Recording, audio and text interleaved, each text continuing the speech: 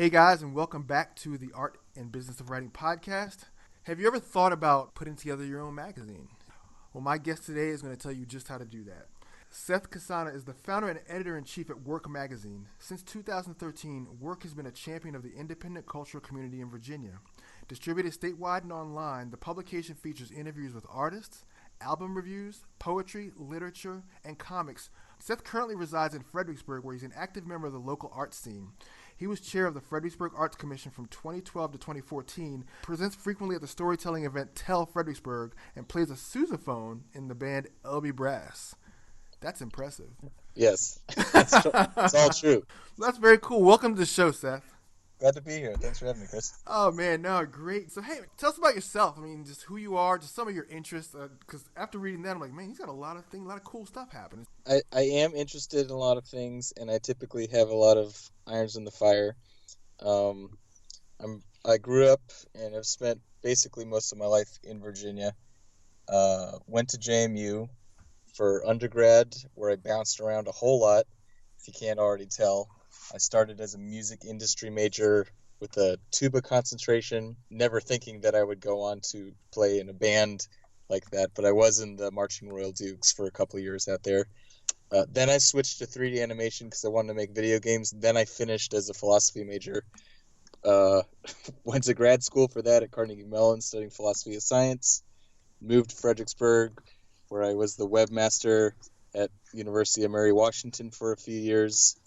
And now, in addition to a day job in web development, I do all of those other creative extracurricular projects at the same time. So there's always sort of a lot going on in my life. I know. You ever see that movie, Dude, Where's My Car? No, I haven't. Oh gosh, you're not missing anything. But there's this one scene where he's talking to these Asian ladies, and they keep saying "and then," and then, and then. Yeah. And that's what I thought of when you were saying that. I'm like, okay, Seth does this, and then, and then, and then. There's a lot of. I don't really play sports. It's one of the things I don't do. I've never really been interested in sports, and I'm not very good at playing woodwind instruments. So. But most everything else, I try to stay up on. No, that's cool. Like I've seen LB Brass perform live before, and it is always a hoot, man. It is always such a good time. Thank you. That's what we shoot for. So, all right. So, tell me a little bit about Whurk. How did that get started?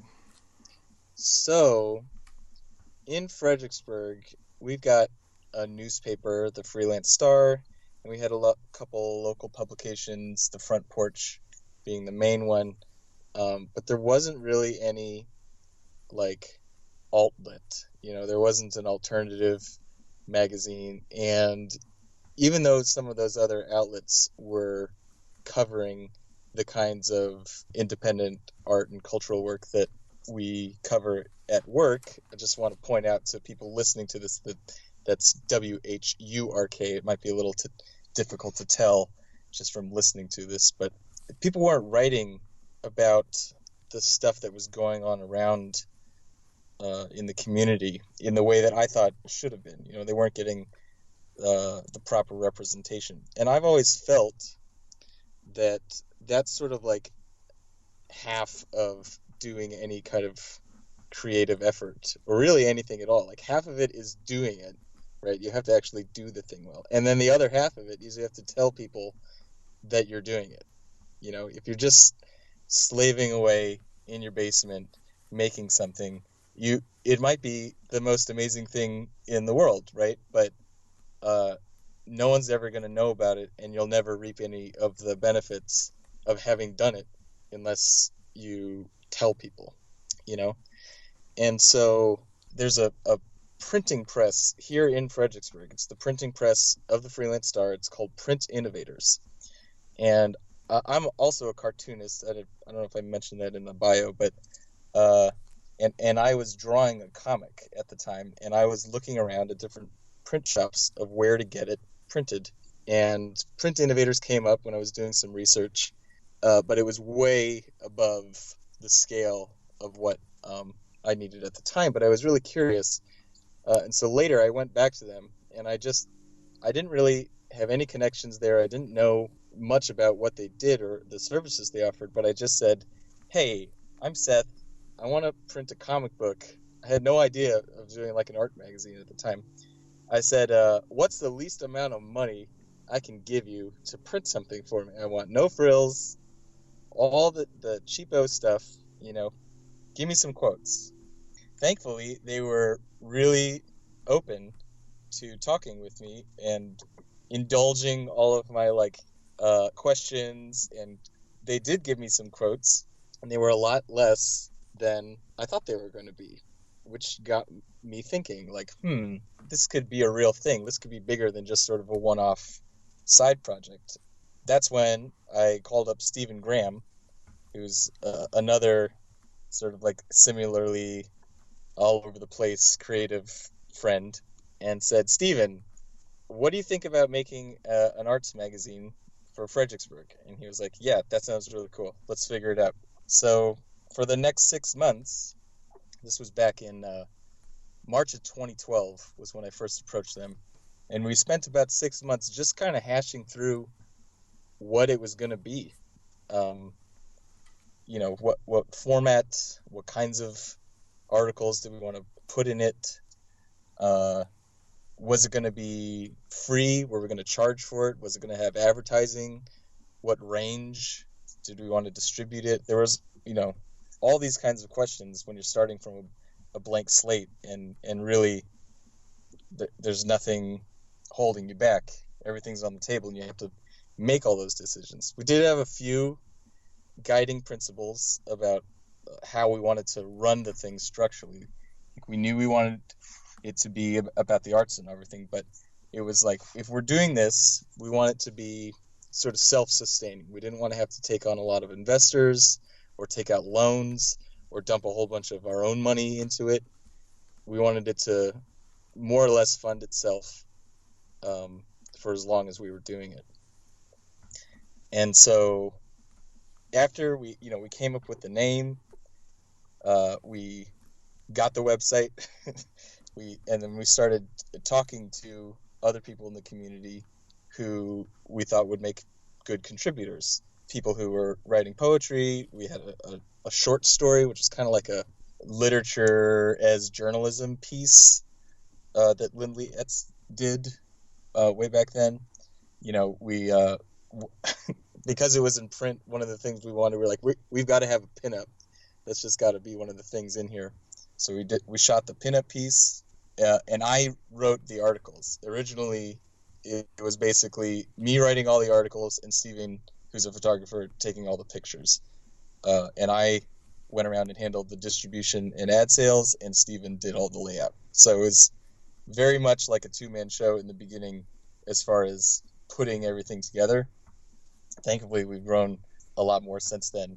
It was a ridiculous amount of work. The name is really apt. That first year, it was unsustainable, the amount of work that we were doing putting it together. But you kind of have to do stuff like that when you're getting started on any project. You got to figure it out first before you can systematize everything. And we did not know what the heck we were doing for many aspects. We were good on graphic design.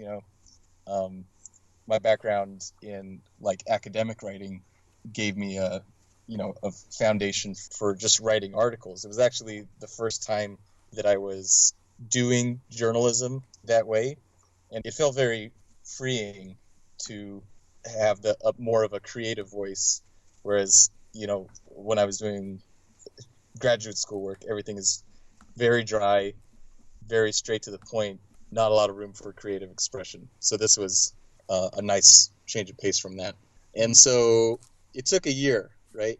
Once we had we had the first issue's content put together between the stuff that I had written, his photography, the other pieces that had been submitted.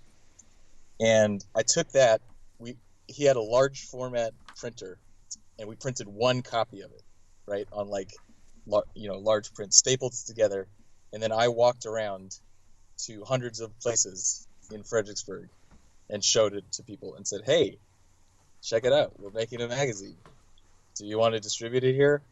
Do you want to buy an ad in it? And eventually enough people said yes to those questions to where I was like, okay, we're going to do that first print run. Let's do it.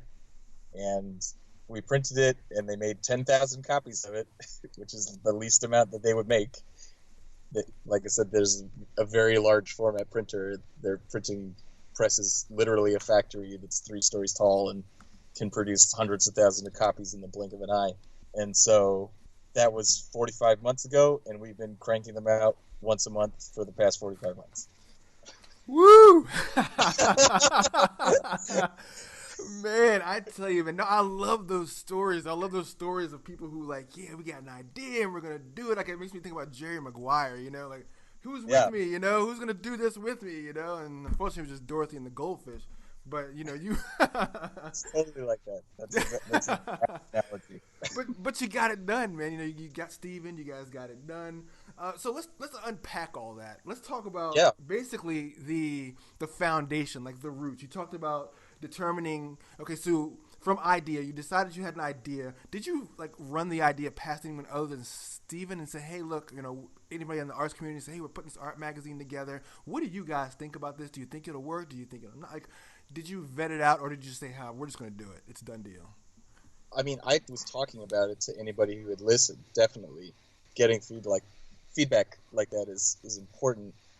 On the other hand, the reason why it's been as successful as it has is because Steven and I have a very productive working relationship. We both think similarly in terms of like the way we solve problems, and the best conversations that Steven and I have together are like sitting and just bouncing ideas off of each other for 2 hours, and we can just keep going indefinitely that way. And so that was a lot of what the first part was. Is like, well, how can we do this? Well, what if we had like a puzzle thing in the back of the magazine, or just that kind of stuff. At the very beginning was more or less like bouncing ideas off each other for weeks on end. And then the vetting part of it really came when I started going around with the magazine. Up until that point, it had been more or less in like stealth mode to some extent. I mean, I was talking to people who I thought would make good contributors. We didn't really have a plan for bringing on other writers in the very beginning. The plan was just, I'll write the stories, Lean startup, man. Yeah. I mean, the other thing was that, like, for the first year or two, like, pretty much everything was done on a volunteer basis. That was the only way. I mean, we all of the money went towards the printing run, and virtually I would do anything to save like $50 or $100. Like when it came time to manage our distribution, we needed to get magazine racks, and I was looking around like trying to figure out where the heck do you buy a magazine rack. You can't just go to Walmart and pick one up. And all of these things are made in China. You have to buy them in bulk, or there's like weird sketchy resellers that deal only with newspapers they've been around for like 50 years, and they've got a big warehouse of them somewhere. And even if we had wanted the things that they were selling, we did not have the money. We just like couldn't drop $500 on buying a couple dozen of these things, So at the printing press, I said, "Hey, do you have any pallets?" And they were like, "Yeah, we have tons of them. We pay people to take them away and recycle them. Do you want any?" So we hauled off a bunch of the pallets that were in the best condition and ripped them apart and spent a day just like hammering them together. We designed our own noose rack that was made from reclaimed pallet wood and built like a dozen of them. And those things are still kicking around today, like 4 years later. Wow, dude, there are women who use Pinterest right now who are listening who are probably very excited to hear that. Oh yeah, I got the plans. If anybody's, they're very, I don't know why you'd want one of these in your house. You have like, whoa, magazines coming to your place. Maybe if you run a little shop or something and you want to build your own magazine rack, they would be good. Yeah, and I just think you type in pallet in Pinterest, man, you see all kinds of crazy things people do with pallets. Got a better design now. I've come up with a better design. Oh, nice. To make. But back to your original question, vetting it was important because we had no idea if other people would like it. I mean, Steven and I knew that we liked this. We were gung-ho. We were spending a year just, with no guarantee that anything was going to come of it, putting it together. And as soon as I started asking people, I got a lot of tough questions. I got people I'm trying to sell ads in a weirdo indie art magazine that doesn't exist, and people are justifiably saying, how do I know that you're going to be around in 3 months? They were like, how long have you lived in Fredericksburg? you know, and Oh I had man. to be confident and say, well, I have a good track record. I've made a lot of stuff in the past. You can ask other people here, and this is definitely going to happen. You had to look people in the eye, tell them that, and have them believe you. And fortunately, enough people did. And even some of those skeptical folks ended up buying ads. They liked what they saw. It's always the toughest part of starting up something like that is just that whole credibility factor. Because yeah, people do this like I'm spending my money. You're gonna be here for issue Yeah, 2 and 3, right? But you have to make people feel confident in what you're doing. so just starting off with a magazine, how do you settle on a rate card that's going to help you to at least break even in the publishing aspect? For that first issue that I was talking about, the hand printed one, we had a set number of pages where we wanted the ads to go. And on those pages, we just printed our rate sheet. And I figured the rate sheet based on how much it was going to cost for us to be printing the thing, how much I reasonably thought people would be willing to pay for an ad, and then structuring other incentives based around our capacity to collect payments.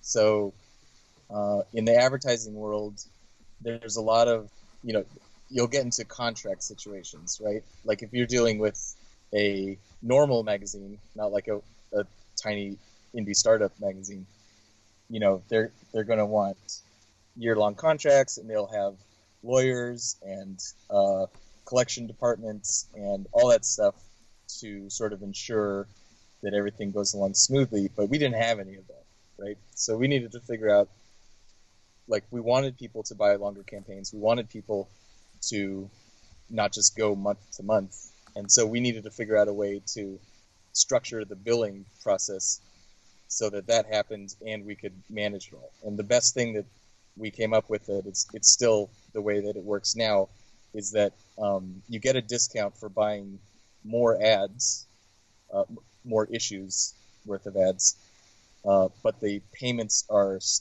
front loaded, right? So rather than spacing it out, if you let's say you bought a year's worth of ads, instead of paying 4 payments over 12 months, you would pay 4 payments over 4 months, and then the last 8 you would just be riding off of what you paid. And what that does for us is that it, if let's say somebody sends in the first payment, and then the next month comes around and they don't pay, we can just stop printing their ad. So, and all of the percentages and payment structures are basically designed very specifically so that we don't ever end up holding the bag. Maybe you get 1 issue's worth of ads printed in, but we will have already collected some money from you, and we just won't print any more of your ads. It's basically a fail-safe so that as long as people are compliant with the invoices, that we keep printing their ads and everybody's happy. And as soon as some of that stops, we're not worried about litigating with them. We don't have to bring them to court to collect on some contract. We just keep the money they sent and stop printing their ads, and then resume when they start paying again. It's things like that where you have to protect yourself well. Yeah, right. Because with the magazines, naturally advertising drives that, so you have to make sure that that's always in place and that the money's always there. Is your magazine is it a free publication or is it a paid publication? It's free, and that's also another big dilemma of how do we want to structure this? If it's free, it's really hard to change from one to the other. It's easier to go from a paid to a free. It's really hard to go from a free to a paid. Nobody wants to see that happen. And so you kind of have to make these decisions at the very beginning before you have any data to back it up or, proof of concept. And for us, it really went back to the original mission, which was we want people to be reading this. We don't want it to be a very small niche. The whole idea was to kind of expand the visibility of the creative work that people are doing in the region, and as we've expanded across Virginia. So having it be paid, one, would drastically limit the number of readers we would have. And in turn, if we ever wanted to sell any kind of advertising, that would just make it that much less interesting to potential advertisers. You have a smaller readership, they don't care about your publication as much. So, and then also it's so much simpler with distribution. If we did it where it was a paid publication, every place where we were distributing it, we would have had to go and like invoice them and collect payment from them. And that's just like, that seems like a nightmare to me. I just have seen stuff from the freelance since they are doing the printing of it. You know, they've got whole divisions devoted to collecting those payments and keeping track of it all. This way, when it's a free publication, like just walk into a store where I think it would be good to distribute. I go up to anybody working there and I'm like, hi, I published this magazine. Do you want to distribute it here? And they're like, yeah, that looks great. We'll put it over there. Like that's the extent of the transaction. I give them a business card, I put them on the list, and they're done, and we start mailing it to them. It was an important decision, but I think I've never regretted it being paid. Yeah, and you actually answered my next question, which was, really what's the benefit to you in being free, which you did answer. Logistically, it kind of keeps you out of having to assume another responsibility, but it also adds to your distribution that you can distribute more when it's free. And then on the other side, the benefit to the advertiser, which again, it's another distribution thing. Well, if it's more widely distributed, the advertiser's ad is going to get in the hands of more potential customers. Yeah, I mean, we're in like 400 locations plus across the state right now. How do you determine where you distribute your magazine? Well, originally, for the first year or so, it was just the Fredericksburg Cultural Review. That was the tagline. And that limited where we were distributing. So, the majority of it was in Fredericksburg and the surrounding areas. And then even from the beginning, we wanted it to go outside of the immediate area. So Alexandria and Richmond, that was kind of the extent of our range up and down 95. And even that was sort of limited to how far I could drive in a weekend because I was doing the deliveries the first year. I would load my minivan up and go north on a Saturday and then south on a Sunday and walk the streets and drop them off every month. But as we expanded, as we said, okay, we want this to be for all of Virginia. We don't want to have, people would be submitting things to us and go, well, I'm from Woodbridge. Does that count as the Fredericksburg region? And you're like, I don't know. So we just said, forget it. We're growing. We want it to be inclusive. Let's just make it all of Virginia. So the way that we pick now, a really big part of it comes from being able to find local folks who want to be a champion for the magazine. The first place that we expanded to was Norfolk. And I had a buddy from college, Davy Jones, who was a writer and had known about the magazine from the beginning, but was sort of out of the range of where we were covering. But he knew other writers and poets and would send them our way. And after a while of doing that, he sent me an email. It was like, hey, is there any way that we can get some physical copies down here in Norfolk? Because all these people who know the folks that you've been publishing, they've never seen the magazine and they're really eager to check it out. And so it was him, saying if we start distributing down there, he will be in charge of managing the routes and writing about stuff in Norfolk. That's what, so there's lots of little communities, little, big, whatever, across Virginia that have art scenes going on, but how we can expand to all of them depends on having someone like that there primarily. The things that we look for now, we need someone to be in charge of distribution, right? So each month we will send them a shipment of the magazines and like a list of all the places where they're supposed to go, how many they're supposed to drop off, and they keep track of making sure that all those places, the copies are getting picked up. We need somebody who's writing about stuff that's happening locally there. And then if they aren't, also a photographer in the area who can take pictures, because that's a big part of what we do with the layout.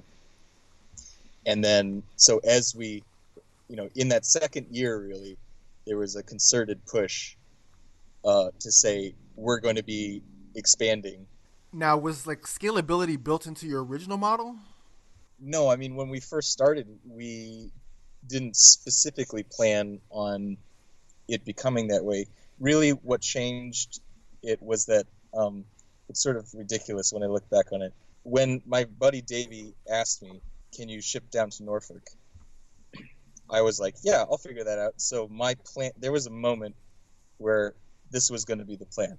I figured out that an empty wine box was about the same size as like 5 bundles of the magazine, and I knew somebody who owned a wine bar, so I was going to be collecting their old wine boxes, shipping, stuffing them all with the magazine, boxing it up, and shipping that to the UPS from another friend who had like a commercial shipping license with them. Uh, and I went to Print Innovators one day, and I was like, okay, so I got this crazy cockamamie scheme. What's the fastest I can get them when they come off the line so I can pack them up? And they're like, Seth, you're ridiculous. Half of our business is shipping things places. Like, we print them and then we mail them. Would you like us to mail something to Norfolk for you, Seth? And I was like, oh, yeah, that would be great. so, so from once I realized that, we had been doing it enough that we were in a routine. We knew that it was that people actually liked this. We had become like marginally profitable, and we had a model that we could bring other people into. Like when you're first doing it, you don't have any of your processes down. You don't know what the heck is going on. But after you've done it a while, you can say, yes, people down in Norfolk, please write the story like this, submit it like this. You can start working with other people to expand what you're doing. And being able to mail the copies somewhere and have someone on the other end pick them up and distribute them, that was sort of the trigger that changed it from being a regional paper to a statewide paper. I hope everyone's enjoying listening to your mind work. I mean, from pallets to large format printers to wine boxes, like you thought of it all, man. It's all about getting it done. It's like the end game. So you developed Whurk. It's 4th year coming up in March, and you've gone from just small arts community in Fredericksburg to all across the state. You've got the website. Is the website a collection of all the? Well, before I get to that. Is each issue regional specific? Like or is it all the same content? It's the same issue, and it goes to all the regions. That's an important aspect of what it is. The whole point is that when you're reading Whurk in its current form, you read about things that are happening near you. You read about things that are happening in other places. You maybe read about somewhere where you didn't even know was on the map because it's some little rural hamlet out in the long tail of Virginia, but we try to pick things that all kind of get back to that independent culture, independent arts theme, and we have writers. We really try to find top-notch writers, people who don't want to just do journalism, but they want to tell a really compelling story through their journalism. And so thematically it all fits together, but it's a big grab bag of regions and genres and topics. That's good to know, for whoever may be listening that wants to create a magazine and wants to scale it the way you did, that it doesn't have to be, specific content to specific regions, that it can all be just one cohesive magazine, much like a national magazine would be. Yeah, people ask if we have themes too. That's a common question that comes up when people want to submit to it. We don't really, in general, know. There's not we don't have like the ceramics issue or something like that. It's just, it's more based around timely stuff that's happening. We always want to be writing about current events, more or less. And how often are you publishing? It's once a month. It comes out once a month. It's still like in the 10,000, 15,000 range. It fluctuates based on circulation for each of the locations. And the other big thing that we've added in the past couple of years is a native online version of it. In the very beginning, it was only in print. Like, I would talk to people and they would be flabbergasted that there could be something like this that didn't have a website. You had to read it in print. It was shocking to them. But soon after that, like, people wanted to to see old issues. So we had like sort of the equivalent of a PDF reader where you could literally flip through the pages, which was okay for archival purposes, but not really that great of a reading experience on the whole. And then so a couple years ago, we made a big lift to have digital versions of articles and like really have the website be a place where you could go just to read it as your only source of it, not in print. And that's still that it's been sort of like a learning process of teasing out the right way to have the two of those things tied together. It's nice because online you have so much more flexibility in terms of the amount of content you can put up there.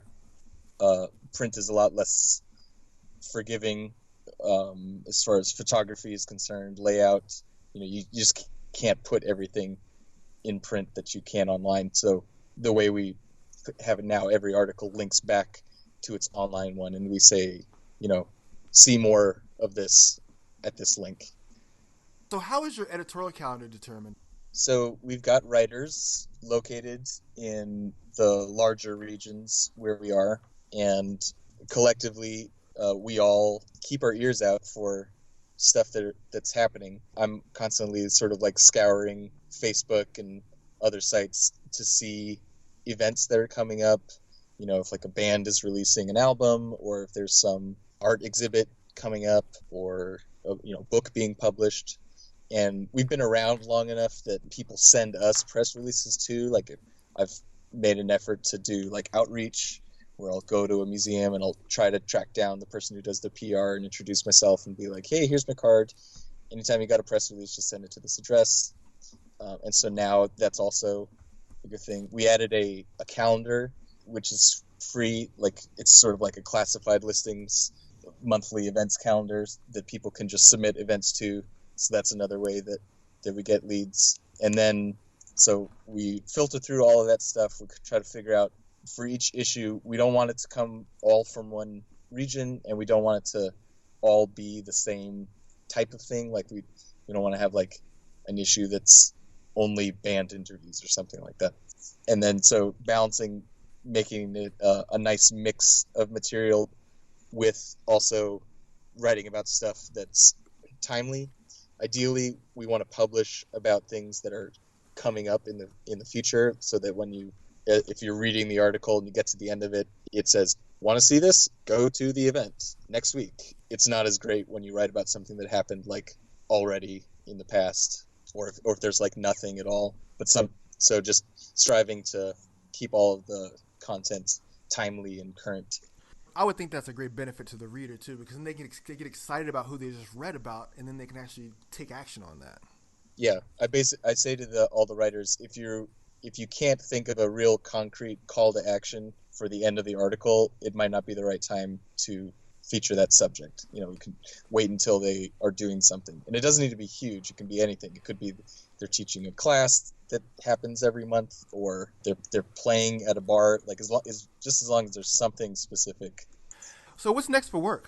We've been looking at ways to expand our revenue stream beyond just advertising, and one of the things that we're looking at now is sponsorships. So you can think of these as being more like how NPR will have like a underwriter announcement, where they're not technically advertising, but they're more saying like, we're a sponsor of the work that's being done here. And right now we're setting up for the 2017 year sponsorship packages, where promote your logo, and then we'll work with you to figure out what's going on in your area as a sponsor that you think would be important to highlight in the magazine.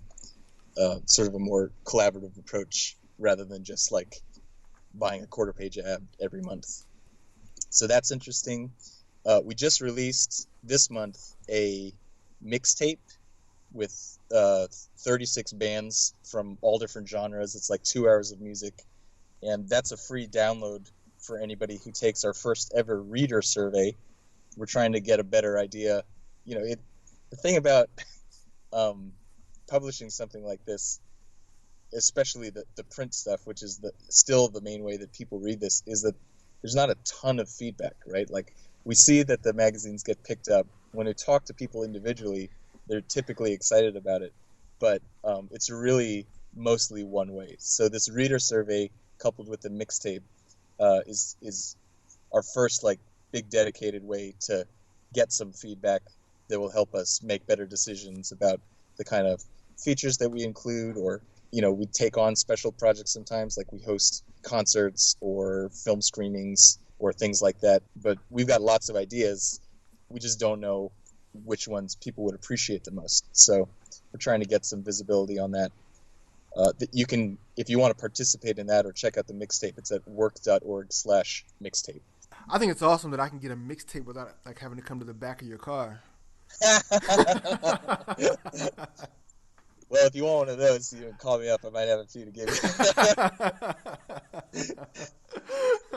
Very cool. All right, we're going to kind of come in for a landing. Is there anything else that you want to share before we close out?